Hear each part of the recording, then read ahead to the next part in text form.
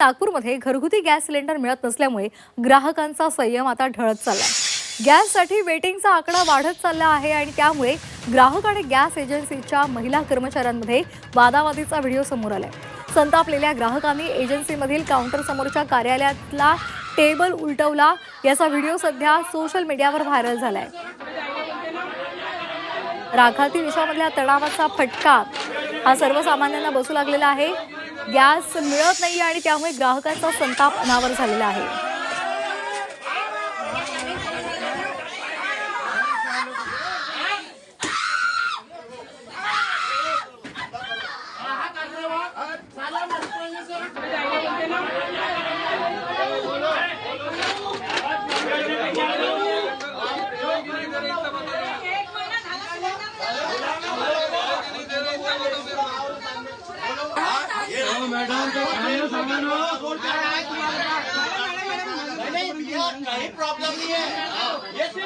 रमण पाहतोय कशा पद्धतीने ग्राहकांचा संताप अनावर झालेला आहे। वेटिंगचा आकडा वाढत चाललेला आहे आणि त्यामुळे एजन्सी करते काय असा संतप्त सवाल सातत्याने विचारला जात होता।